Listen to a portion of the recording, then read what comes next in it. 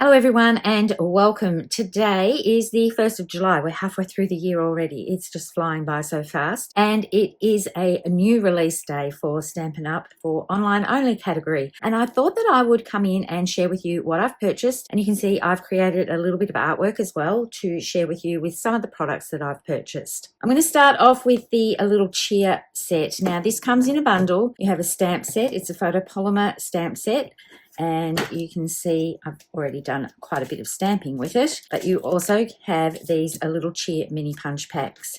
These are the cutest little punches and I've really enjoyed using them. And the really good thing about this, you can punch a lot of pieces out of off-cut pieces. What I did want to show you is when I first got this set, I had the Weekend Adventure paper sitting on my desk and I had this red and black gingham here.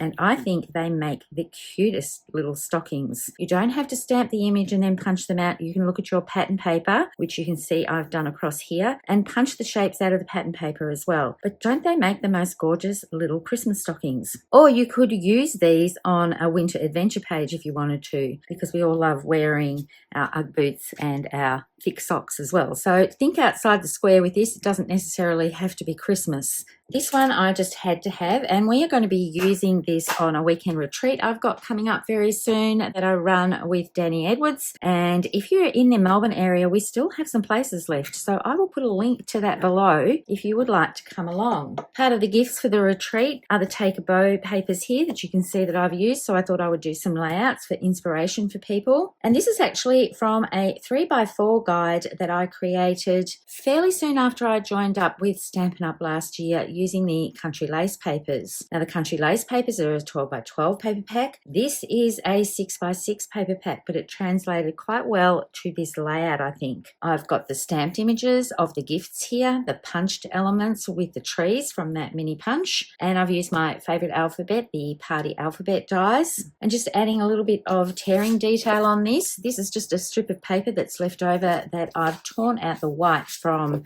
the base layer and then adhered this underneath. So that works really well, I think, just to help ground these. Because this is quite a bright layout, I think these little pops of color here just bring everything in together. So that's one of the layouts I've done with these little mini punches. And this is another one that I've done here. This is a fairly simple layout with some strips. And the alphabet dies really pack a punch, but I really wanted to create little Polaroid frames. And I can't locate them at the moment, but I've used the Stylish Shapes dies to do the center part here. I've cut my white willow pieces, die cut them, and then I measured out so that these would all be nice and evenly spaced and punched into that Polaroid frame so the pattern paper comes through from behind. And then a few little decorations with the stars as well that are punched out. So these could be standalone items, but you can get them in a bundle, which means you save 10% if you purchase them together. So I think I'm going to get quite a bit of use out of these. So that's the first product share I wanted to show you. I'm going to change tacks just a little bit and go into one of the suites that's available. It's the Painterly Pears suite. It comes with this gorgeous stamp set that gives so much texture, and I've seen a lot of people use this already, and I haven't got anything to share with you today, but I can't wait to use it. Basically, you can stamp this image and you'll get all this texture, light and shade with it, but you can layer this up with a sponging technique and use that to create even more definition to it. It does come with a die set,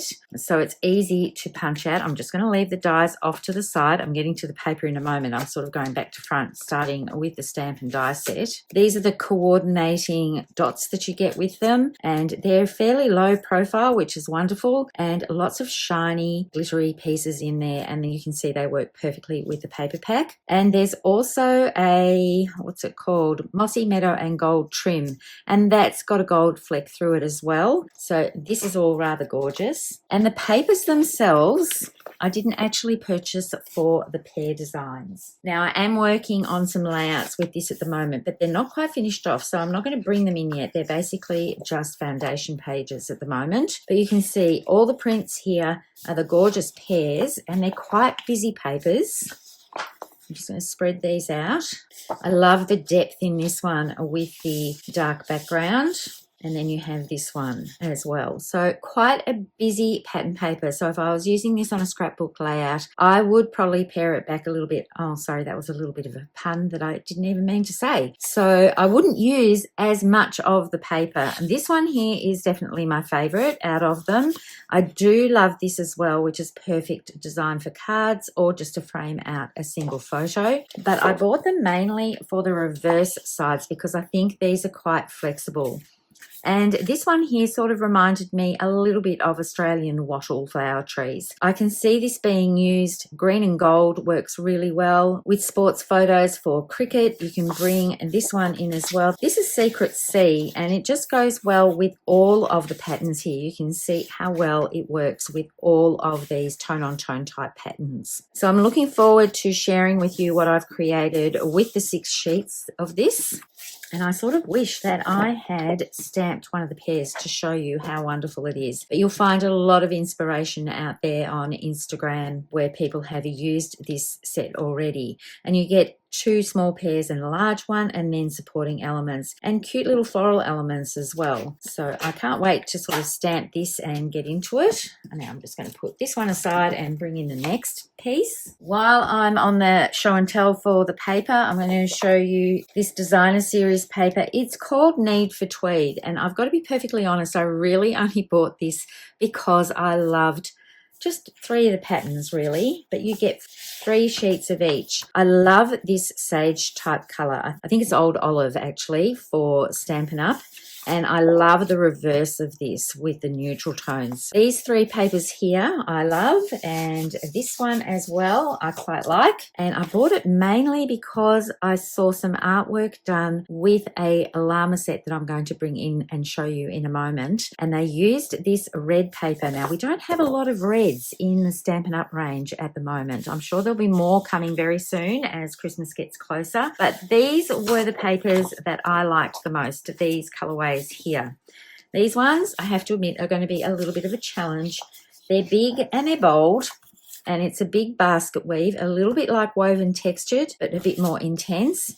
And then there's this side as well. But I can see this used with some cardstock over the top. So I'm going to show you what I mean by this, because sometimes when you look at these online, it's very hard to work out what you're going to do with these pieces of paper. Just going to leave this one here. This is another textured paper here, and the other side has this pattern here. Now, I look at this and think of Mexico and South America, Africa, places like that. So if you've been to any of those places, I think this paper could work quite well. So what I'm going to do is just bring in some cardstock, and I've just chosen Very Vanilla here. And if you block out some of this pattern, I'm hoping this one is not distracting you. I'll move that off to the side.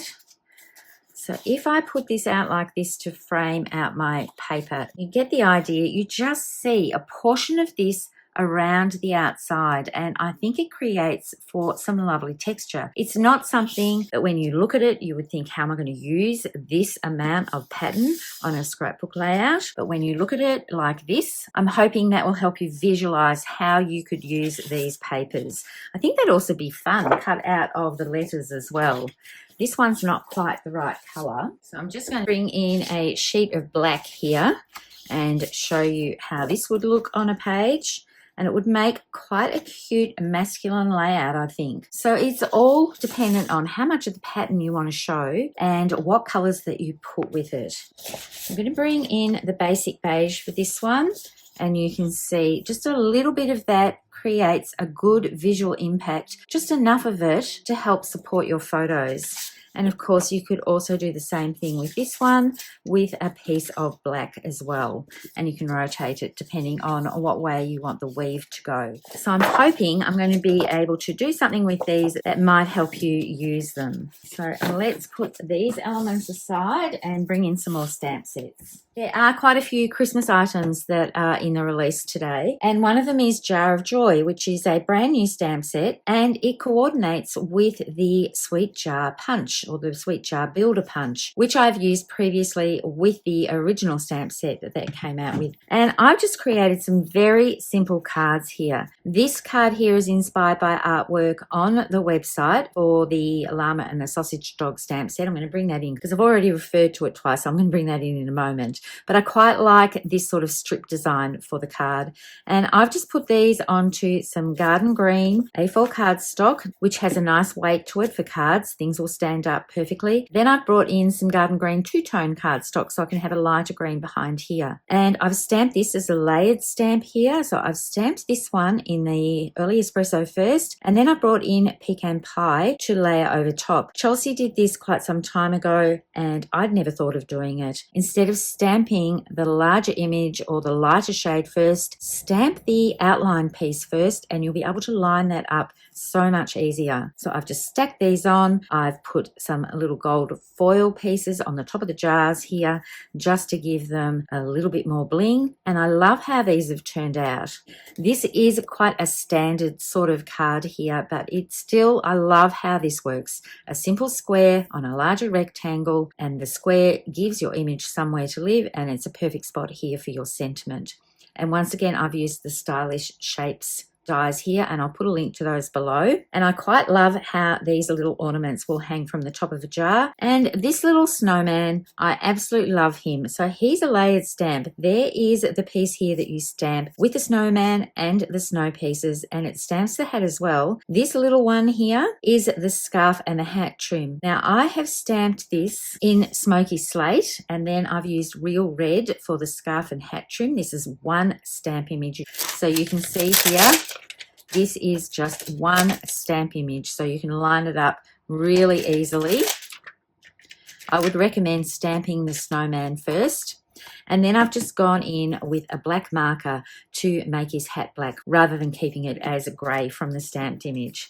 So they're going to be a lot of fun to play with. Here's the llama stamp. He is absolutely adorable. As soon as I saw him, I knew I had to have him. My daughter loves llamas, and I did a birthday card for her. I can't find her birthday card. It was her birthday in June. But I did do a gift sort of wallet that has a voucher in here for an event that we're going to go to. And I decorated the front of that the same sort of way that I did the card. And you can see you can colour him in. I stamped the llama head first, and then I lined this one up underneath so that I could extend that and make him at different heights. You can also stamp him with a scarf, which is the one I used for her card. And this cute little sausage dog, you can extend him as well by using this stamp here. And it really is quite easy to line up. You can see that that just finishes here, and then it was quite easy to line this part up underneath that. And there are some cute little Christmas lights that you can decorate that as well. So I'm really loving how this is like a builder stamp set. I'm going to bring in this one here, Just a Note. I haven't created anything with this as yet. This is a cling stamp, and I bought this as a bundle. Now what I do is usually photocopy the metal dies before I put them on a magnet sheet, and it's a really handy reference so that I know exactly how many pieces are in here. It's also on all the packages as well, so you can see there are 10 dies with this. I love the journal spot. I don't have children going to school at the moment, but this is sort of what it's been designed for. But for me, these stationery pieces I think are absolutely brilliant.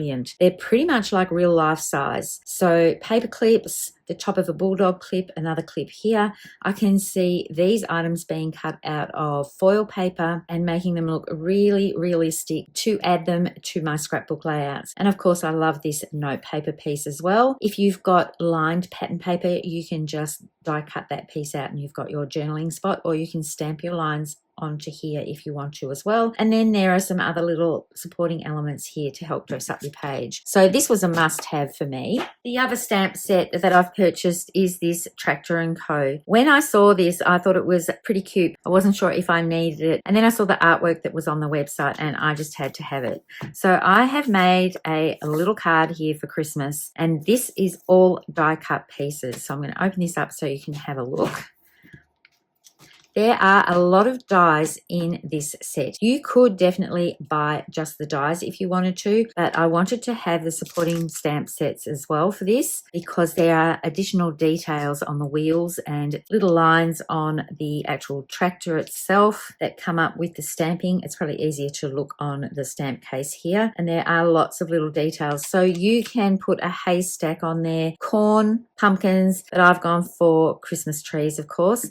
And I love the little details that are pressed in to the Christmas trees, on the hubcaps, on the wheel rims. All of these little elements are fabulous. The body cuts out separately from these black elements here, and even the little cabin top here, that cuts out separately. So you don't necessarily have to put that on. A lot of tractors here in Australia don't have that little cabin top. But I love how this worked out, and it was so fun to paper piece everything together. And I have done some ink blending on certain pieces just to bring the cardstock to life a little bit. So this one, if you've got little boys, they love playing with their tractors and their trucks and everything. I think this is going to work really well on a scrapbook layout as well as cards. And of course, for those of you that actually own tractors and everything, this is just perfect. It's a gorgeous builder die set, I think, and so many elements in here that can be used over and over again.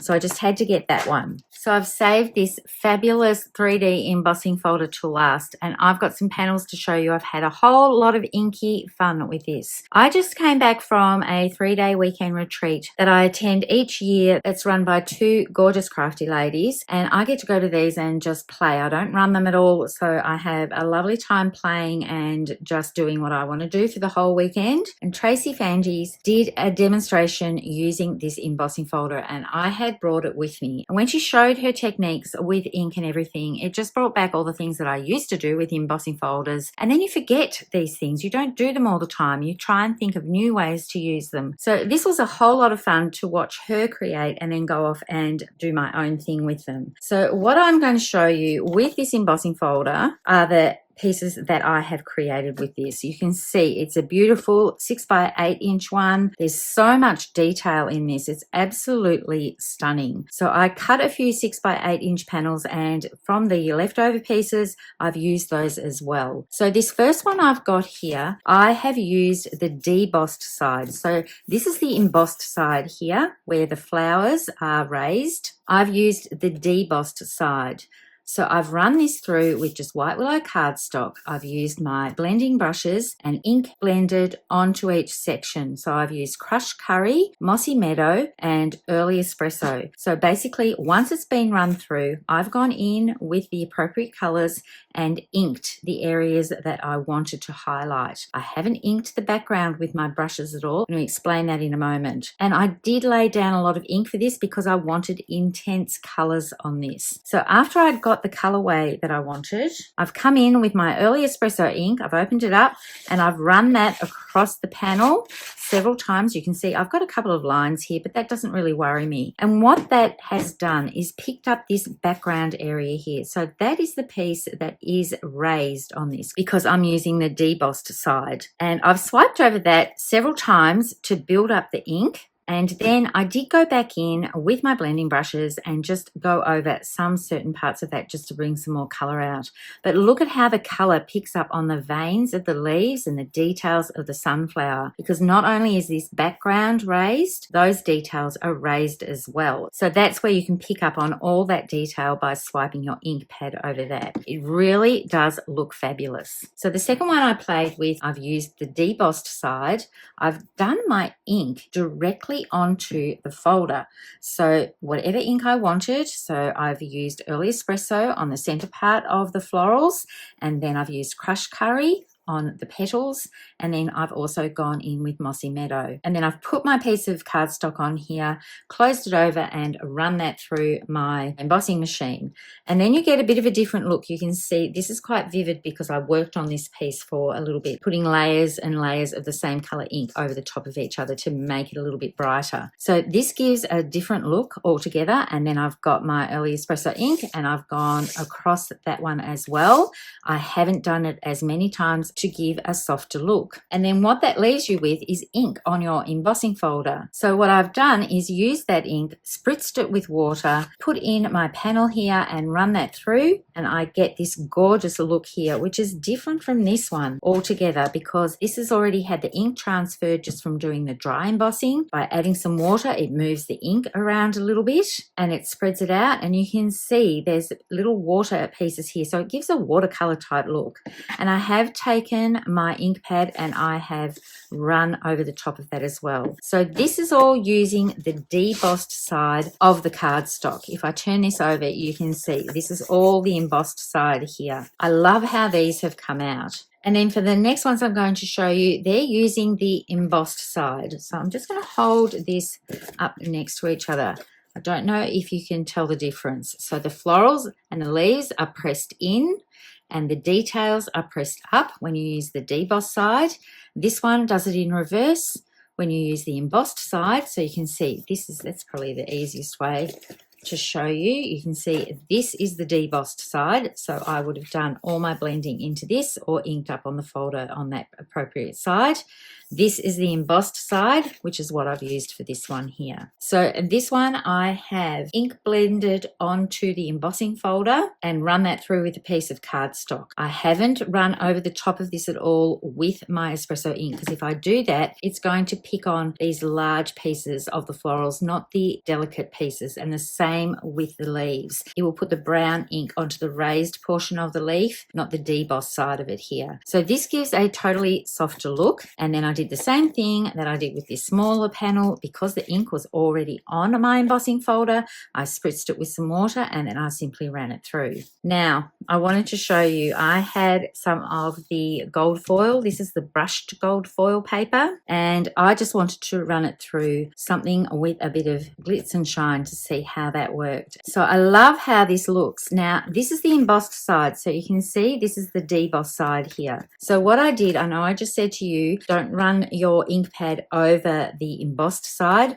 but I actually did that for the foil because I wanted to pick up the edges of these florals here with some black to give them some definition. So that gives an absolutely stunning look, I think. And using StazOn ink, you just put it aside to dry a little bit. It doesn't dry immediately, but it will dry back, and then that ink doesn't come off. You can't do it with a water-based ink because it won't really set on a slick surface. But I absolutely love how that has turned out. So I thought I would save all of those to the last part of my video because I was really excited about doing them. And I'm so happy I went to that retreat and watched Tracy have a whole lot of fun creating these. For me, these would make great art journal pages, or you could do it for covers of notebooks on something like that, but you can cut these panels up and use them on cards. I could also use this as a feature piece on a scrapbook layout if I ever make it out to the sunflower farm. So these were a whole lot of fun. I don't have completed artwork as yet with them because I only just made them this last weekend, and I wanted to get this video up today because all of the products that I've shown you and many more are available now, and you can check them all out in the What's New tab when you go to the website. I will have links for everything that I've shown you here today, as well as a link to that What's New part, so you can click on that and check it out, and that will all be in the description below. I hope you've enjoyed my little play around with all the new products and what I've shown you today. Thank you so much for tuning in. As always, happy crafting. I hope you all go off and get a little bit inky with the embossing folders that you have and have a play. Have fun, everyone. Bye for now.